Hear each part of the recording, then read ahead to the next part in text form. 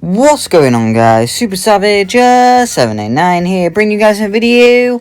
And today, what's Cell killed Vegeta. This will be a what if one shot, so without further ado, let's just get into it.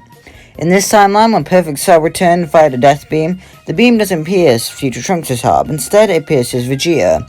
As the Prince spits up blood, he falls to the ground, dead before contact with the dirt. Seeing his father dead enrages Trunks. He remembers finding future Gohan dead, and how he was so useless that he couldn't do anything to save him. All his feelings begin to surface as tears fall down his face, and his power begins to rise. He enters Super Saiyan, shouting to Cell that he'll kill him. Everyone watches in shock as Trunks' power continues to rise until his hair becomes extra spiky, and he enters a state known as Super Saiyan 2. He rushes at Cell, tackling. He's channeling all his emotions into his punches, which Cell blocks easily. Seeing Trunks losing, Gohan also rushes into the battle, and two half-breeds begin fighting together against Cell. With both boys double-teaming Cell, the perfect being will be put on edge, as he can't handle the tag team.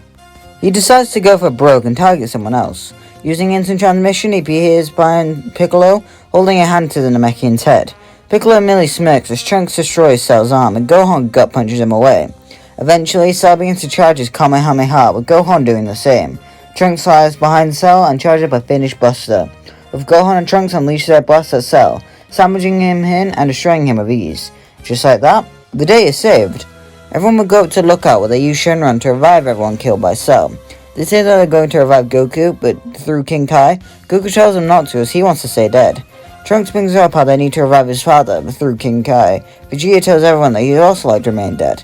That way he can train with Kakarot and make sure he isn't surpassed by him. Vegeta then tells Trunks they did good, making Trunks smile thanking his father, wiping away a tear. Future Trunks ends up going back to the future and manhandles the android and Cell even worse than they originally had. With the power he has, Trunks will be training to be even stronger than he was originally.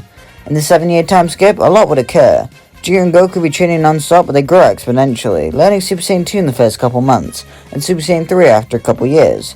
Vegeta would also end up learning the fusion dance from the Metamorans, as would Goku. Even though Vegeta sees it as a useless technique that he'd never use, he's not going to let Goku learn something if he can't as well. It's likely that Vegeta could also learn the Genki Dama from King Kai, though that is debatable. I'd say that Vegeta would learn it, though he wouldn't learn the Kaioken, as he sees no need to it, since it's much more stamina draining, and a lot weaker than just Super Saiyan. Over on Earth, Trunks and Goten have a much different relationship. Since Vegeta isn't alive, the boys would be both about equal, instead of Trunks being their leader, like he was in canon. Trunks hears stories about Vegeta from his mother and Gohan, who would make Vegeta sound much better than he was.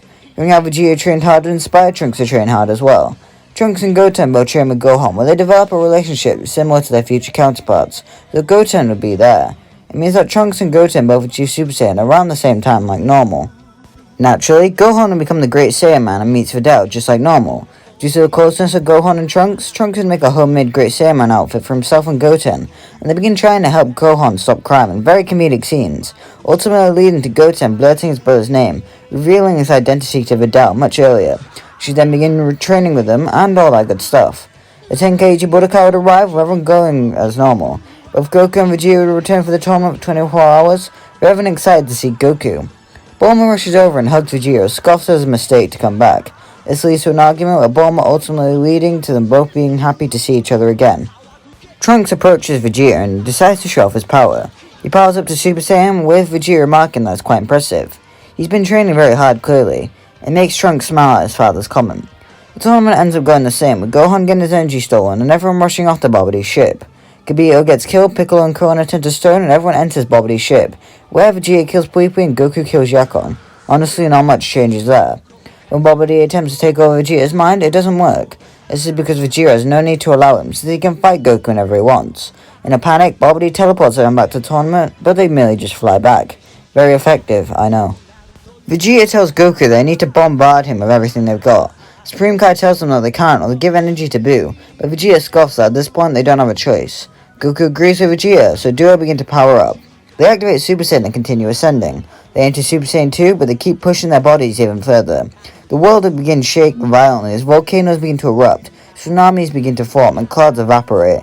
In a golden glow, both Goku and Vegeta's hair grow, losing their eyebrows in the process as they transform into Super Saiyan 3s. Vegeta begins charging up a final flash as Goku begins charging a Kamehameha, worrying Bobby and Deborah. In the last-ditch effort, Bobby begins to take Deborah's energy to attempt to awaken Boo early, but nothing really happens. Both Saiyans unleash their massive, combined final Kamehameha that completely consumes Bobby's ship, as well as everyone inside, turning them to ash. Just like that, the Boo saga is over. Shortly after this, Goku and Vegeta both return to Otherworld, where they continue their training. On Earth, the Great Saiyan Squad go around helping people, having fun while doing so, leading to some comedic things occurring. After 4 years, Beerus would awaken and would wish to see a Super Saiyan God. He'd seek 2 strong Saiyans on King Kai's planet, and so he heads there to ask him. While Goku wants to fight Beerus, Vegeta tells him not to, asking why Beerus is there. The cat asks if they heard of a Super Saiyan God, which they say they haven't. Beerus merely calls it a shame, as they'll have to ask those Saiyans on Earth. Despite Vegeta warning him, Goku challenges Beerus to a fight, where they battle like normal. With Goku being stronger, I'd say it'd take 3 hits to take him down, so do 2, but regardless, the results are the same. Beerus and Whis then go to Earth. King Kai contacts Gohan and tells him the situation, with Gohan having to make sure Beerus doesn't destroy Earth. So Gohan would immediately rush over to Beerus when he arrives and greets him very respectfully. Beerus asks about the Super Saiyan God, which Gohan doesn't know about, telling Beerus that they can use Shenron if he likes so. So with the magical dragon, they learn about how to summon the Super Saiyan God. Even with Videl revealing her pregnancy though, they only have 4 Saiyans. Whis tells him that this isn't a problem as he leaves. He returns 3 minutes later with a revived Goku and Vegeta, shocking everyone as they're happy to see them alive. Now they don't have time to waste as Goku becomes a Super Saiyan God and fights Beerus. From here the timeline doesn't really change much, if you think about it. The only difference is Vegeta and Goku are stronger, and Vegeta knows Super Saiyan 3 in the Fusion Dance. In the Black Saga, Trunks will be stronger, however so would Goku, Vegeta and Black, to the point where it makes it obsolete for him to be any stronger.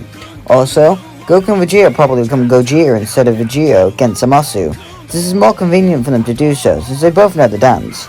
In the tournament power, Gohan might be a bit weaker since he doesn't have his ultimate form, but that doesn't really matter. The Broly movie has a slight change in it since Goku and Vegeta both know the fusion dance off the bat. It means that they fuse an hour earlier than they originally had, but other than that, nothing really changes. So that's what I'm going to leave here. Make sure you like and subscribe and comment down below to come in my next video.